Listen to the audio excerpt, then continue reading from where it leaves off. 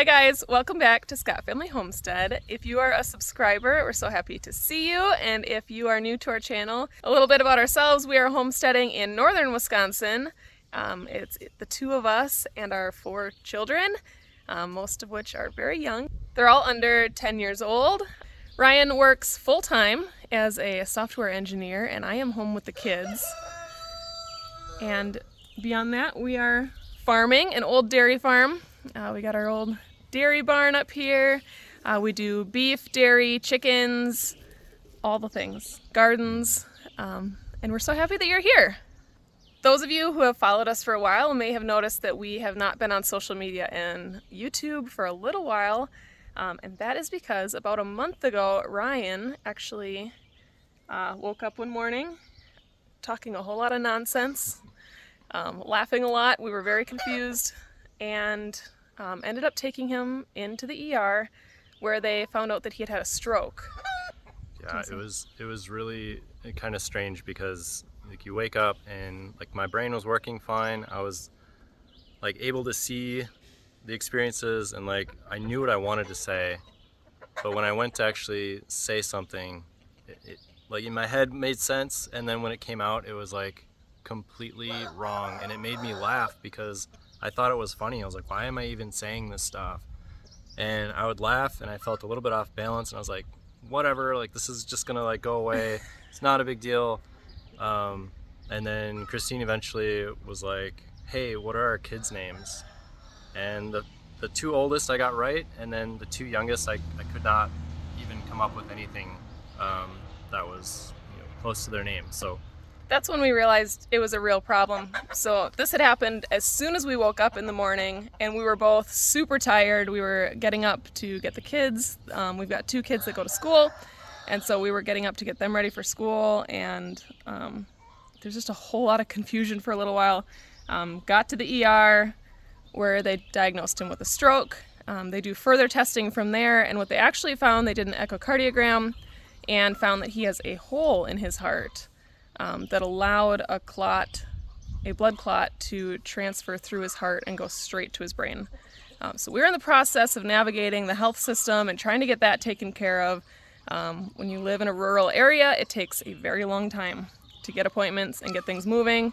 And in the meantime, Ryan is on lifting restrictions, weight restrictions, and can't lift bags of feed, hay bales, a lot of the things that we've come to rely on him for.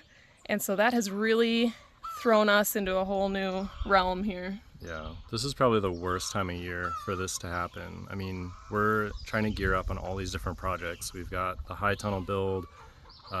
There's gardening that we're trying to establish this year. I told Christine I wanted to prioritize gardening this year.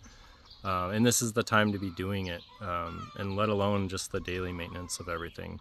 I can lift like maybe 25 pounds, and after that I shouldn't be lifting any more than that. So as far as feed bags go, anything like that, any heavy lifting like hay bales, I just can't do it. So Christine's been picking up a lot of that extra slack, and just like making it happen. I honestly, like, I don't know, I try to help, but I just kind of stand around looking at her.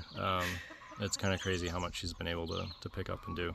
From what we know right now, it's going to be about July before he can get back to things, and we're just playing it by ear from there. Yep, a little more than a month. I'm very fortunate that he is our family milkmaid, and he's still able to milk the cow every day.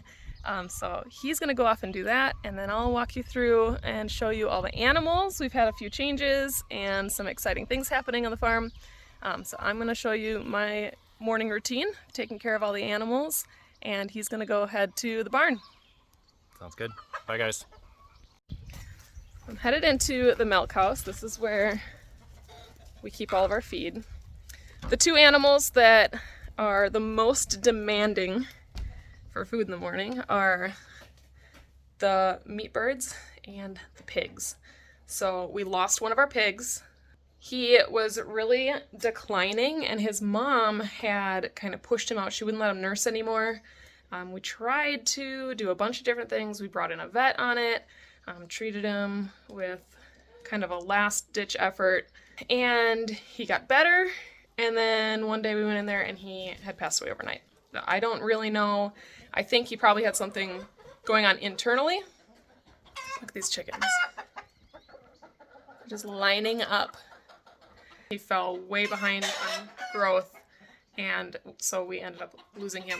So we have 9 feeder pigs, and then we have our breeding pair, and so I will feed them. And first, I'm going to do the meat birds. They are probably the most demanding in the morning for feed. With most of our feed, it comes in 50-pound bags, but the meat bird feed comes in a 100-pound bag, and I cannot lift that. I just can't. So we take that in buckets, and I do a big bucket in the morning and a big bucket in the evening. We have 50 meat birds, and so far they're doing great. They're out in our chicken tractors. This is custom mixed from our local feed mill with a high protein chicken feed to grow out our meat birds. This is our meat bird setup. We got 25 birds in each of these tractors. So I will move them forward. I keep water out here for them, and then every day I haul the feed. We're actually right by our cows' water trough. So I've got this hose running right now. I will fill their waters and then also these buckets, and then I'll be good for a couple of days. We raise most of the food that we eat here on our farm. I believe we are doing 200 Cornish cross meat birds this year. So we will have a lot of meat birds for sale, and then also enough to feed our family. And this is our favorite way to do this. They'll get lots of fresh grass, but for the most part, they don't love being pasture raised. They don't eat a lot of grass and move around a lot. It's just part of their breed. So we always keep them on fresh grass so they're not sitting in their own poop, but they primarily like to eat the grain, and they always need nice fresh water.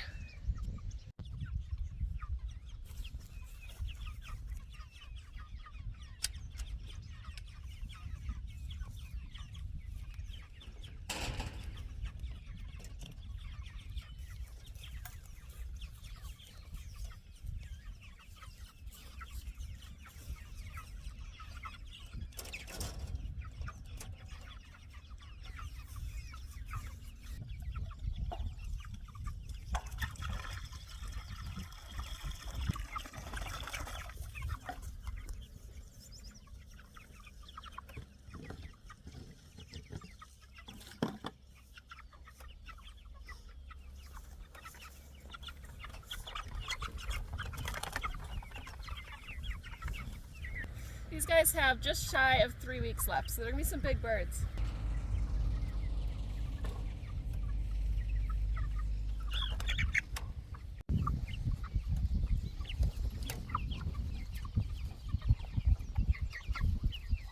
I will link the chicken tractor plans in the description. They're very lightweight. I can do it no problem as far as moving them, and they hold up really well. We built them last year. We did a couple of repairs on them this spring, but otherwise they're holding up perfect. A couple of months ago, we purchased 2 steers. We've got Oakley out here. He is the dark one.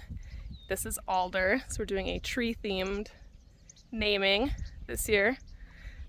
We do themed names so that we know what year we acquired each animal in. It kind of helps us keep track. So Oakley will be butchered in the fall, and Alder will be butchered in the spring, and that will meet all of our beef needs, as well as allowing us to sell some by the cut.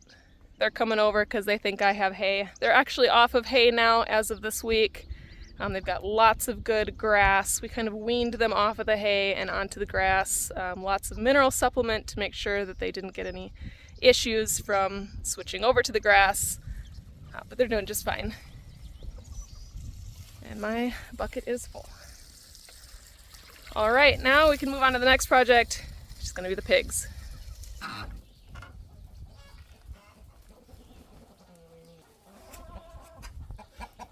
Every single day, the hogs get 50 pounds of feed. We'll take this down the trail to where they're at. Most of this goes to the littles, a little bit to our breeding pair, And then we also supplement with some hay since they're pasture pigs. I'll show you their pasture. Right now it's muddy and in rough shape, so we're supplementing with some hay.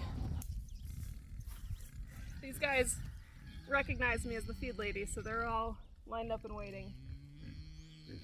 Looks like their feeder's against the fence, so I'm gonna have to turn the fence off and move their feeder. I usually sprinkle a little bit of this away from the feeder to get them to give me a little bit of space, and then most of this bag will go right into the feeder.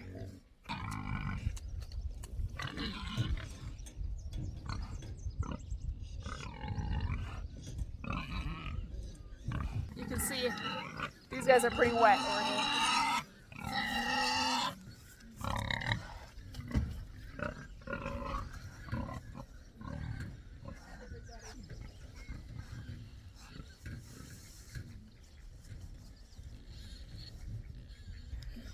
Back to the little pigs. Big pigs have water, little ones are out. So I'm gonna get that done here. I gotta go turn my water on up there and I'll be back.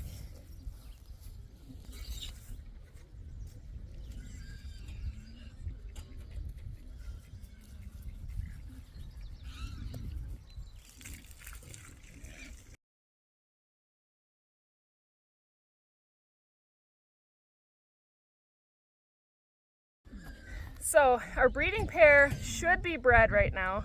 Pretty sure I saw her going to heat last week, and she'll be ready for fall piglets. And all of our feeders will be either sold by the whole or half or by the cut. So we're working on getting our licensing for that. So we're raising up all of these pigs ourselves. And they're huge. Do you guys remember how little they were? If you've been here for a while, you probably saw the video of them being born. Here on our farm, just itty bitty little piglets, and now they are huge. So it's really exciting to grow them out from birth to butchering, all here on our farm. And if you're interested in buying any pork, make sure you send us a message, and we'll get you put on the list.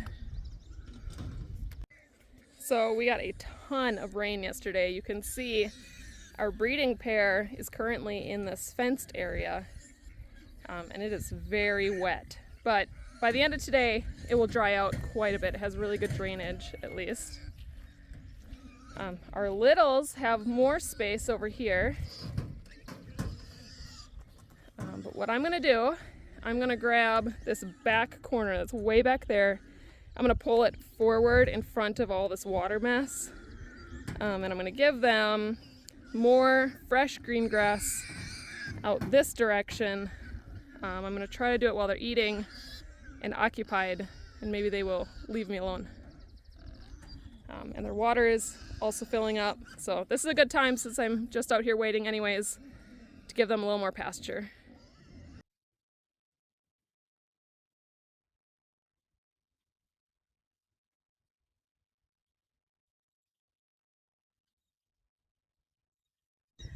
Okay, they've got lots of space now. With green grass, so that's perfect. My advice, if you are getting into raising pigs, get a decent pair of waterproof boots. I use the Ridge Cut ones from Tractor Supply. I do have an affiliate link. I've had them for over a year. They are not leaking yet. I really abuse them and use them a lot all winter long as well, and they're still holding up, so I can't recommend them enough. But now, waters are full, feed is full, new pasture, so the pigs are done. It takes me a little bit longer to do this while I'm filming, so it's already starting to get hot out. But now it's time to feed the layers. Check on our teenagers, we call them, the chicks that we hatched here on our property that are several weeks old now, so we'll check on them next. I'm gonna grab layer feed. Thankfully this comes in 50-pound bags, not 100, so I can do this myself pretty easily. And they have a trough over here.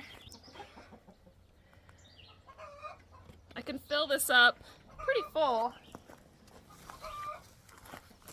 unless there's rain in the forecast. Then I try not to put more than one day's worth. Thankfully we don't have a lot of rodent issues, so we don't have to feed in the coop. And it doesn't draw anything into the coop, So I like to do it this way.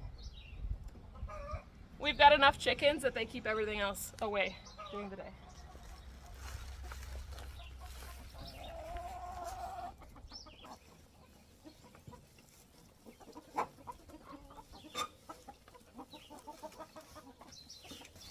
Got about 45 chickens out here.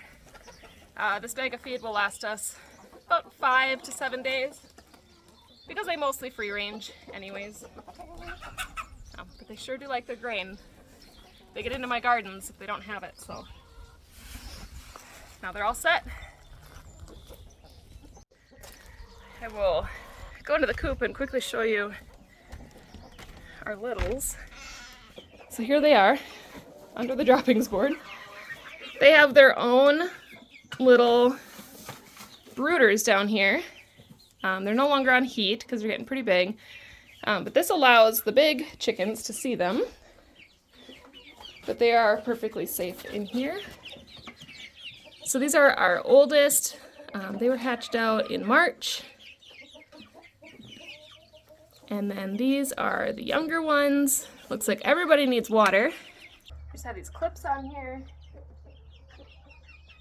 And then you can tilt this. They have water, it just needs to be cleaned. And it actually ate through all their food, so I'm gonna go get them more of that.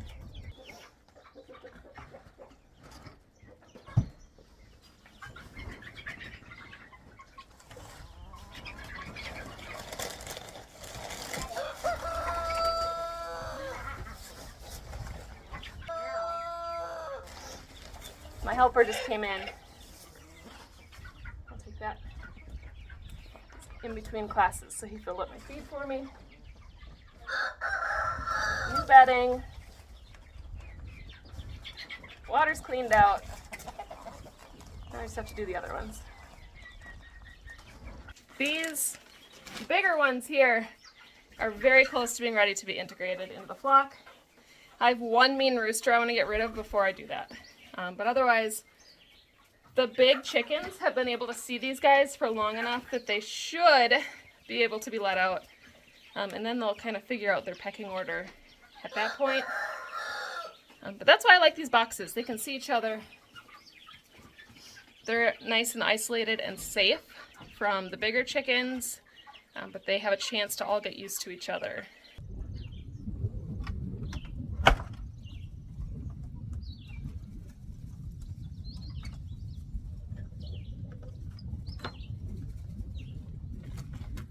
At nighttime, when I feed the meat birds again, then I come and collect all the eggs. We're getting about 3 dozen a day, so it's pretty good.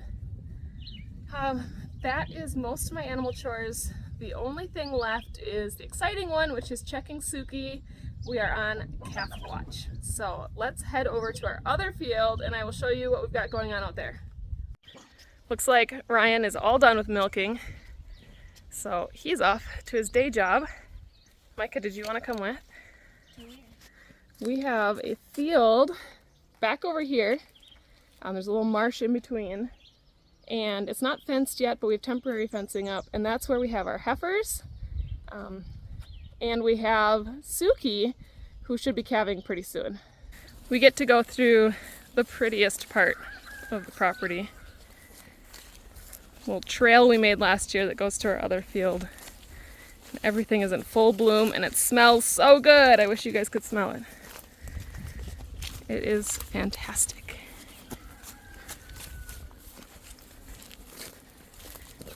And full of bees, apparently. You can hear them buzzing. And then you come out to this beautiful and large hayfield. And right up over this hill, we have our cows. They're over by their water at the moment. So temporary fence goes, oops, from all the way up there. And right now it is extended all the way out here. And every 2 days I come out and move this fence so they have fresh, very tender grass. Suki could be due any day now based on when she was put in with our Highland bull. She has filled with milk quite a bit. And so now we're just waiting. We don't know exactly when she went into heat, so we don't know for sure an actual due date. So we've just been checking on her every day, see where she's at. Suki is our low-line Angus. She is somewhere between 7 and 8 years old. Her baby that came with her to the farm is the White Park mix right there, Martha. This is our milk cow's baby. She was born in July here on the farm. Her name is Rory. She's gonna be a great family milk cow one of these days. You looking for treats? Yeah, none today. We will put Martha in to be bred probably in the fall when she's about 1.5 years old.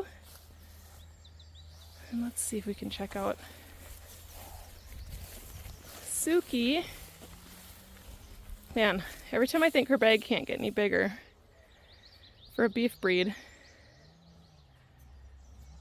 She's got to be close.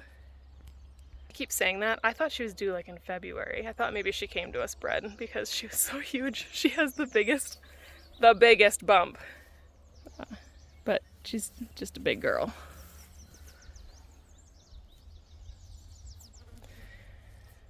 Left is lunch, right is runt. So you always look at their right side. She definitely has a calf in there. I've seen it kicking. It's very large.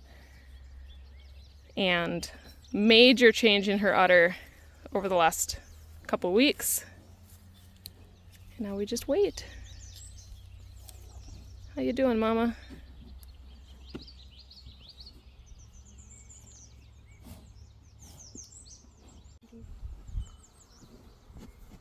Mom, I touched Martha's nose. Get all those flies off. Yeah. Good mama. Good mama. Close enough for me to get her nose. Mm-hmm. She's a little bit more skittish than the other ones. These aren't the most ideal fence posts. I know you can get better. It's just more of an investment, and with it being our first, well, I guess we're in our 2nd year now on the farm. We don't have a huge budget for that sort of stuff, so these are just the Tractor Supply ones, and it's working all right. It's easy enough to move around. This will definitely need some sun protection on it, or it's going to grow algae. This is just a temporary thing we brought out here when we brought the heifers out. But if you wrap it in like landscape fabric or something very dark, it won't grow the algae. That's the setup. Plan is to get this completely fenced in by the end of the summer. So anybody interested in doing some fencing? We have this area behind me too. So it's a very large field. I want to say it's about 2.5 acres. And it'll be really nice to have that extra space for our animals.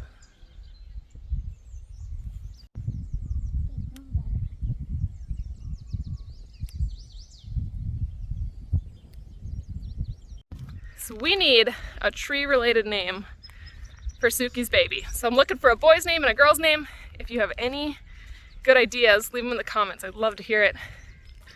We're really excited for this calf. We just don't have a name yet, and the kids love to hear them.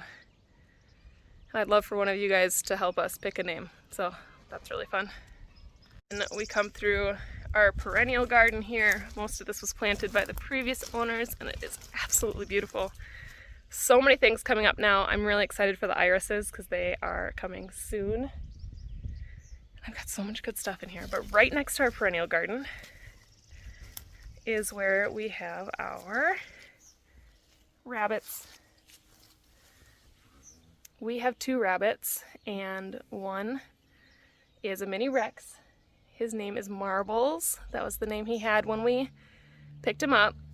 He was a Craigslist find. Not sure how old he is. We think about 2 years old. He's a really good bunny. He's very friendly. And then we have April right over here. She's hiding down here behind her water. There she goes a-hopping. She's a Holland Lop. She's a bit of a troublemaker. She's a digger and a chewer. So she has a little bit more space. We keep them separated. We're not trying to breed them at this time. They each have their own spot out here, and they are loving being outside. This is kind of the kids' project. They feed and water them, but I do check in on them every single day. They are actually right outside our living room window, so I can see them, and they're just kind of like our little farm mascots. Rabbits have cold fertilizer, so you can put it straight on your garden. And so both of them have these trays that pull out and litter boxes. And so we can just pull that out and we can put it straight on the garden. So that's a really great reason to have rabbit. If your kids are interested in getting some kind of pet that is truly a pet but helps benefit the homestead in some way, rabbits are a really good option. So the kids love taking care of them. I just love this little girl. I've got my green stalks planted. These are the salad bars. My kids have always called them that, and they eat off of them just whenever they would like. So we plant them with all kinds of greens, and they're right out in front of the house. And then also on the deck, I got Ryan helping me. He's bringing out plants that we are hardening off. And I also have a big shelf on casters with tomatoes. My tomatoes got huge. They're out of control. I can't plant them yet because the high tunnel's not done. It is kind of a disaster, but also a huge blessing. So I've got this huge shelving unit that I drag out every day, and they are getting used to the sunlight. And when it is time to plant the high tunnel, they will be ready to go.